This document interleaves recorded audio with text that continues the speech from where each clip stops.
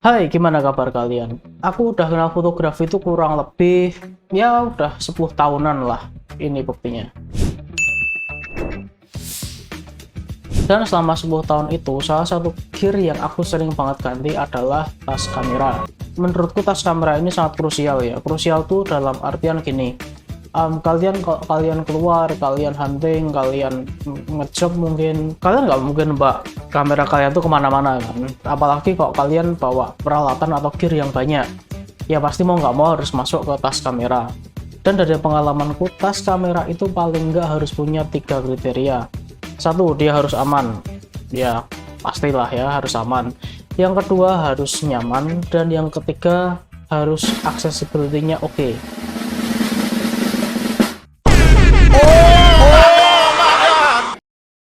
Dan waktu aku mulai fotografi dulu, tas yang kayak gini itu harganya biasanya mahal banget. Tapi saat ini kalian udah bisa dapetin tas kayak gini dengan harga 100 ribuan aja. Salah satu contohnya adalah tas ini.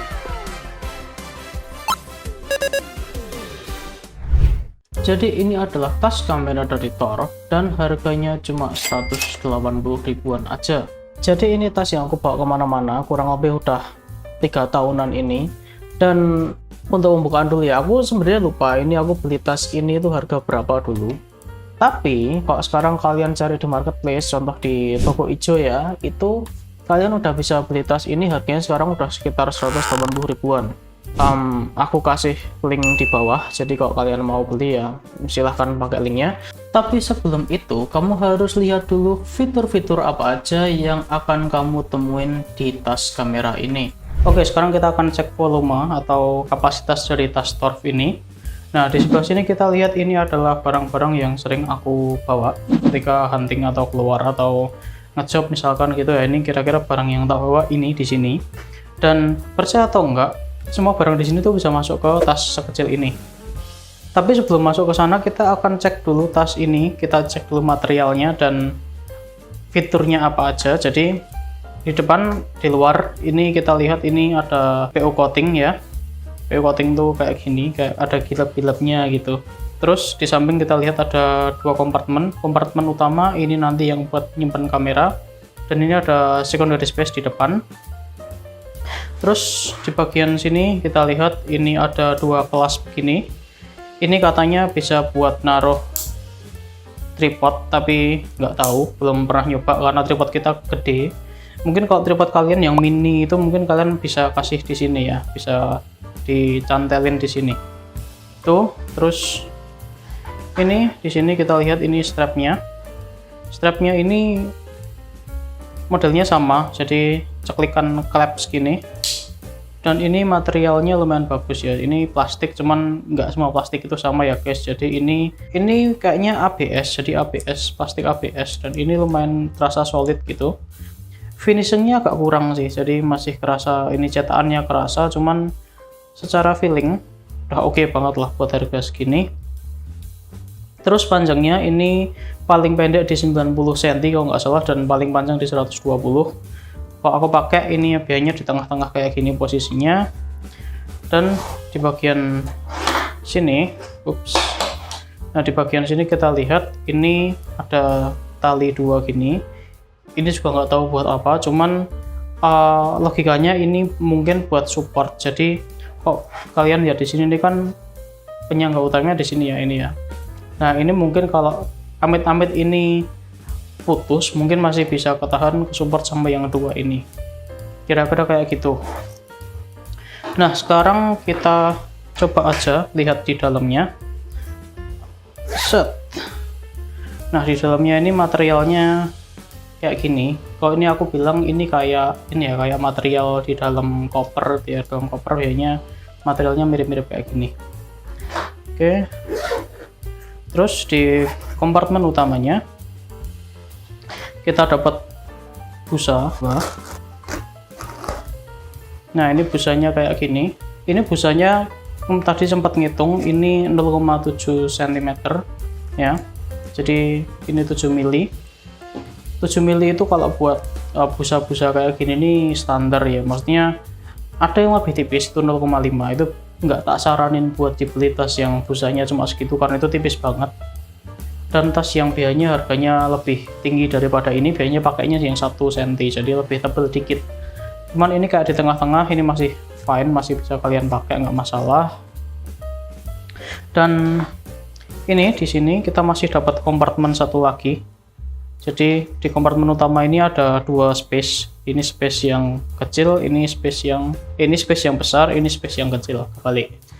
Ya, jadi ini space yang besar buat kamera kalian dan kalian masih bisa nyelip-nyelipin sesuatu di sini. Oke, terus di bagian depan kita lihat ini secondary space-nya kayak gini, dan ini kalian masih dapat space lagi 2, kayak ada slot 2 di sini. Ini kalian bisa pakai buat apapun, terserah. Kalau aku biasanya sih buat naruh yang slim kayak gini atau dompet gitu, masuk sini biasanya. Oke, sekarang kita coba masukin kamera kita semua ke sini.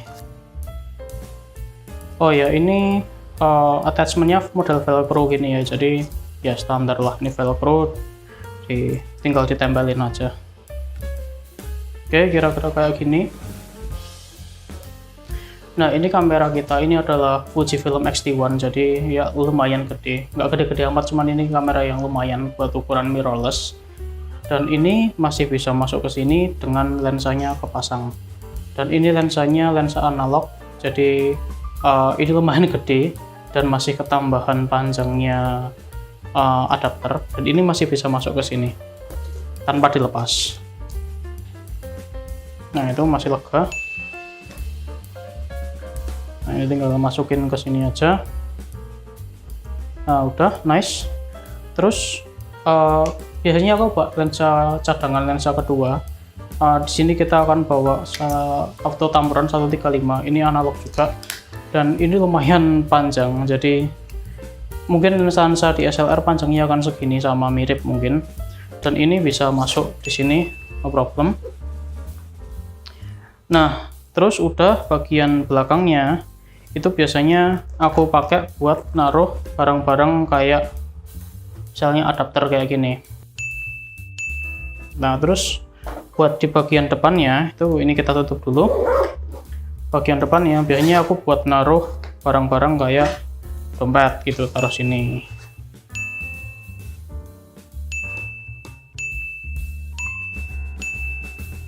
Nah, masuk semua, kita tutup. Dah. Ya, jadi semua barang tadi bisa kita masukin ke sini, no problem. Dan ini masih compact dan masih enak buat dibawa. Nah, satu hal yang bikin aku beli tas ini ya itu sebenarnya ya karena bentuknya sih. Karena kalau kalian lihat di toko hijau atau toko marketplace online lainnya, kalian search harga tas kamera dari harga 100.000 sampai 200.000 itu kira-kira dapatnya kalian akan seperti ini. Tas lempang Canon, tas lempang Canvas. Lah, kok tas lempang lagi? Nah, akhirnya ada ransel. Yakin habis ini pasti ransel lagi.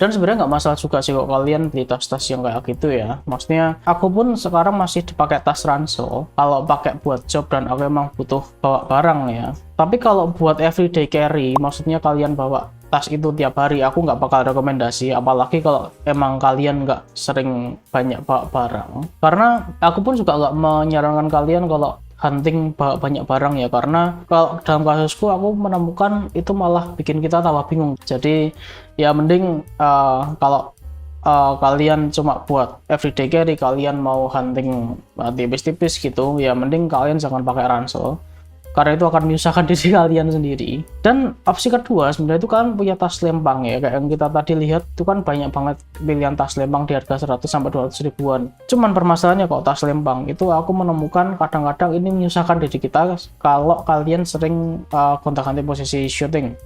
Misalkan kalian dari berdiri terus langsung duduk atau langsung jongkok, aku menemukan kadang tas lempang itu kayak mengganggu, menghalangi jalan kita gitu loh. Jadi agak nggak enak. Dan juga kalau kalian pakai tas lempang, aku sebenarnya punya tas lempang, bentar tak ambilin. Nah, ini adalah tas lempang. Nah, ini biasanya punya flap di depan kayak gini ya. Nah, ini kalau kalian pakai, itu kadang-kadang kalian mau keluarin kamera itu agak susah. Karena apa? Karena ini kan kalian pakai ini model kayak gini katakanlah ya. Nah, ini kalau kalian mau keluarin kamera itu kan harus gini. Jadi ya ini kadang mengganggu kalau kalian mau keluarin kamera. Tapi overall sebenarnya tas kayak gini tuh juga oke sih. Cuman ya itu, ini tas udah jarang banget tak pakai, ini tak pakai buat barang-barang biasa, bukan tas kamera. Padahal sebenarnya ini tas kamera, cuman kita nggak pakai buat tas kamera aja. Nah, tapi ada beberapa hal yang kalian harus perhatikan kalau kalian mau beli tas kamera yang ini. Salah satunya adalah ini nggak cocok buat kalian yang pakai tas lempang ke kanan. Jadi kalau kalian mau pakai tas ini, itu didesainnya buat ke kiri kayak gini ya. Ini jadi didesainnya kayak gini. Kalau kalian makainya kebalik, entah kenapa ini nggak desain buat ergonomis yang bagus kalau kalian makainya ke kanan gitu. Bentar, kok mau pakai kanan gimana nih? Nah, harus kayak gini, dan ini ergonomisnya nggak enak banget. Jadi kalian harus pakainya ke kanan, ke kiri, sorry. Kalian harus pakainya ke kiri. Dan yang kedua, yang nggak suka dari tas ini adalah kita nggak dapat yang namanya jas hujan atau raincoat. Ya mungkin karena dia tadi udah klaim dia pakai PU coating ya, atau polyurethane coating ya. Jadi mungkin mereka pikir ini udah ada perlindungan buat percikan air dikit lah, ada water resistance-nya dikit lah, mungkin kayak gitu mikirnya. Cuman aku pribadi lebih suka kita dikasih raincoat ya, jadi kelihatan lebih lengkap gitu, enggak sih? Dan karena tas ini katanya water resist, kali ini kita akan coba tes sendiri. Oke, sekarang kita akan nyobain kemampuan water resistnya dari si Torf ini ya. Ini katanya water resist, katanya ini ada PU coatingnya di sini.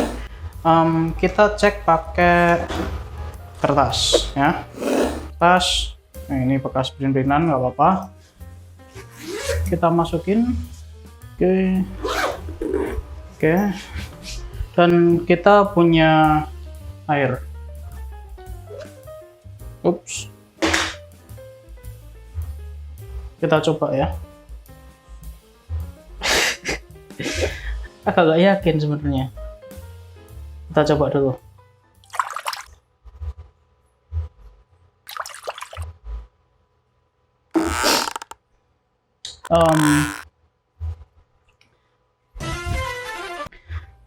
Oke.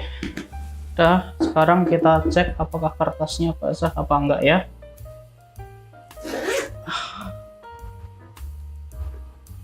Wow. Kering guys. Kering. Lihat, ini kering nih. Dalamnya juga kering ya. Lihat. Dalamnya, lihat guys. Lihat dalamnya. Dan yang ketiga yang aku suka dari tas kamera ini adalah ini nggak cocok buat kalian yang punya kamera gede. Contoh lah, misalkan kalian punya DSLR gitu ya. Aku kebetulan nggak punya DSLR di sini, aku udah nggak punya DSLR. Cuman tas ini pernah dipakai temanku, pernah dipinjem, dan dia pakainya itu nggak salah Canon 70D. Itu ketika dimasukin ke sini, itu body sama lensa harus dilepas karena bodinya gede, lensanya juga gede.